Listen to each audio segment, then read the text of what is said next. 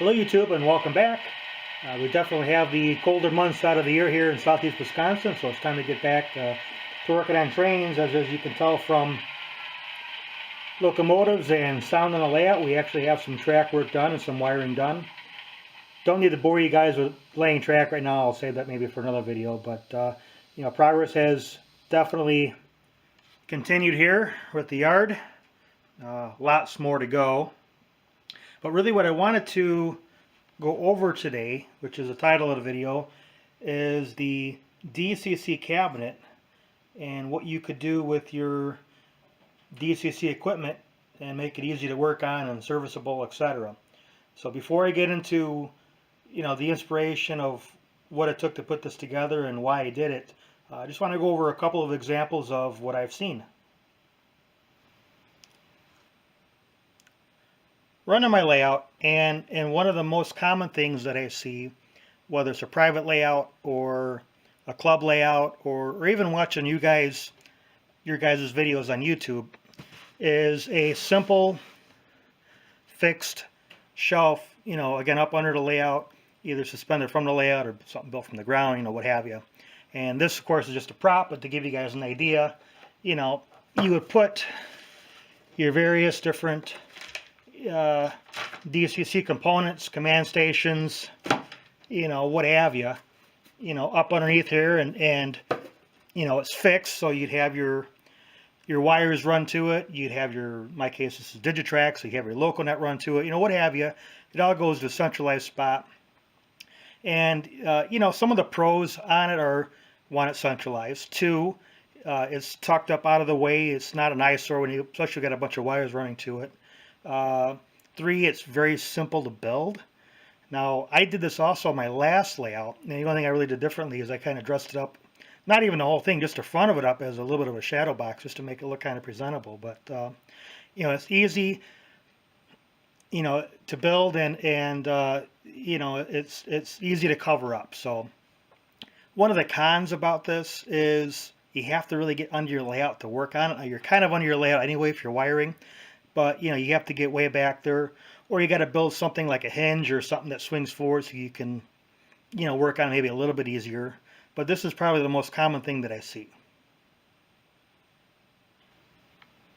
This is another thing I'm starting to see more and more. This is just a used piece of furniture. This one happens to be a dresser, but I've seen a lot of these with end tables or something that just has a drawer or two.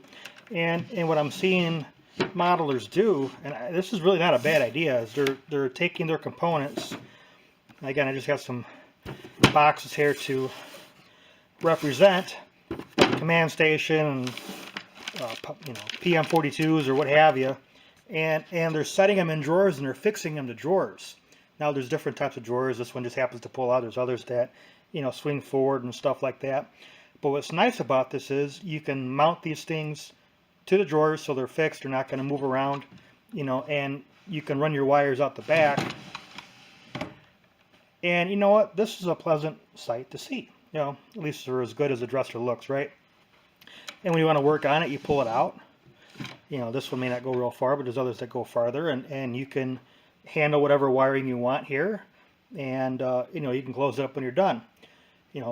Some of the pros I see with this is, one, it's cosmetically very, very appealing depending on the piece of furniture you have. A little easier to work on because you can pull these drawers out. You can usually find a spot under the layout or next to the layout, whatever have you, to put something like this. I think the biggest con is some of this equipment, especially when you have a lot of it put together, can draw, or not really draw, but produce heat that may become trapped once you have a door closed. So that's something you really want to consider if you do something like this. Have an exit at the back, or put a little PC fan or something in the back to draw some of the heat out, so you don't overheat the equipment that can be rather expensive.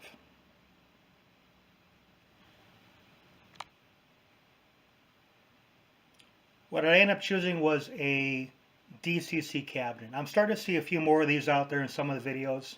I haven't seen any in person yet. Probably the best example is NS Modeler 24. If you're subscribed to me, I'm sure you're probably subscribed to him as well. They have a really nice looking cabinet. As you can see, the construction here, and this one's pretty simple. Really, this was just some leftover material from a shelving unit that was here when I bought the house. And, you know, it's 3/4 inch OSB, and it's like I had no idea what I was going to use it for, so I ended up building this out of it. But here's what it does. It has, you know, a fixed couple of shelves on here, you know, like you would on your layout, but it's in a cabinet. You know, you can add more shelves. You could probably pull those screws and you can adjust the heights down the road. But it's big, it's open, it has fixed shelves. We'll get a couple close-up shots you can see. Actually, we'll do that now. I put a little cut there so I can run the wires up underneath. I've got some switches there that operate the various different components. I've only got the DCC hooked up right now. As you can see, there's a light that's in there. And you know what the light does is,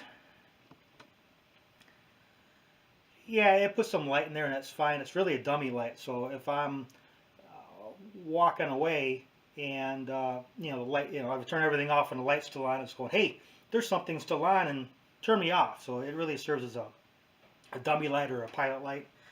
And you know, probably another really great thing about this is it's on casters. So what that means is, let's see if I can do this one-handed, it should roll pretty easy. I can roll this out away from the layout. Now it looks a little unclean because I've only got the couple wires ran right now, but I've got a spot here with a couple of strips. I got an area here I could put a couple of again, I'm Digitrack, so PM42 power districts back here. I could put those inside if I want, and you know, once I get a few more wires ran, I'll clean that up a little bit, make it look real nice. But it's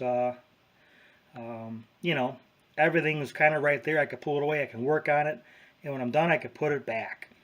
The nice thing about this, unlike a piece of furniture, is it's wide open in the back, so no issues with anything, you know, needing to breathe. It tucks away. And oh, by the way, as far as working on the layout, I did raise the height of this one 4 inches from my last layout. You know, a couple of inches goes a long way. So, you know, there's a lot of wins here. Is it right for everyone? No, probably not. But you know, there's a lot of things here that works really well. Plenty of room to expand if I want to add extra boosters or block detection, signaling, all that stuff. I've got a spot that's centralized. I can put all that, and again, it's easy to work on. You know, as far as, again, the switches, I've only got one hooked up at the moment, and it's this guy here. Turns everything on and off, including the dummy light. It says, hey dummy, you left me on.